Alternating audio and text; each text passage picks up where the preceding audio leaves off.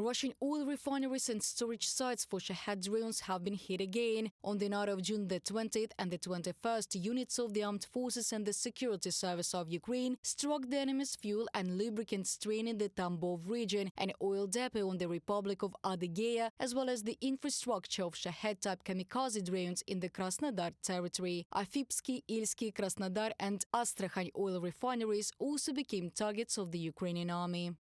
Ukrainian defense forces successfully hit a number of oil refining facilities and other important targets of the Russian Federation. The Ukrainian defense forces carried out a successful strike on the storage and preparation sites for Shahed 136, Gerain 2 training buildings, control and communication points for the crews of these UAVs located in the Krasnodar region. Based on the results of combat work, a series of explosions and a fire followed by detonation were recorded.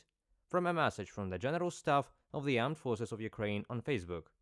Security services of Ukraine carried out strikes with the long-range drones. Until recently, Ukraine's partner countries limited Kyiv's ability to use weapons transferred by them against military targets on Russian territory. But after the army of the aggressor country attempted to advance in the Kharkiv region, several countries, including the United States, allowed the Ukrainian defense forces to use short-range missiles for the HIMARS, MLRS and artillery against targets in Russia.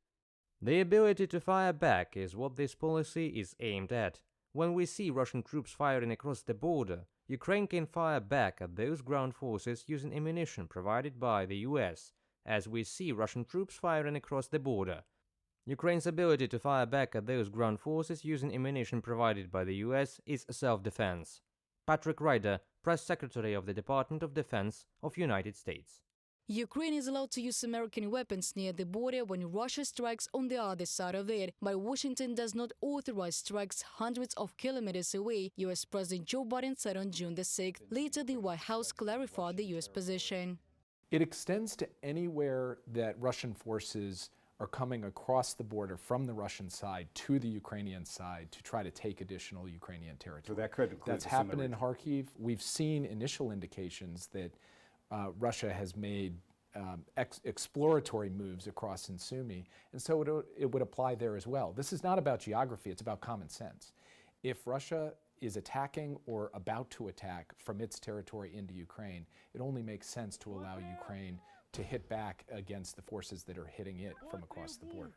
Permission for Ukraine from the United States to use its high-precision weapons against targets on Russian territory along the border of the Kharkiv and Sumy regions has already changed the situation in the region, military experts say. At the same time, partial permission is not enough. Therefore, Kyiv will likely seek the opportunity to hit targets in the operational and deep area on Russian territory.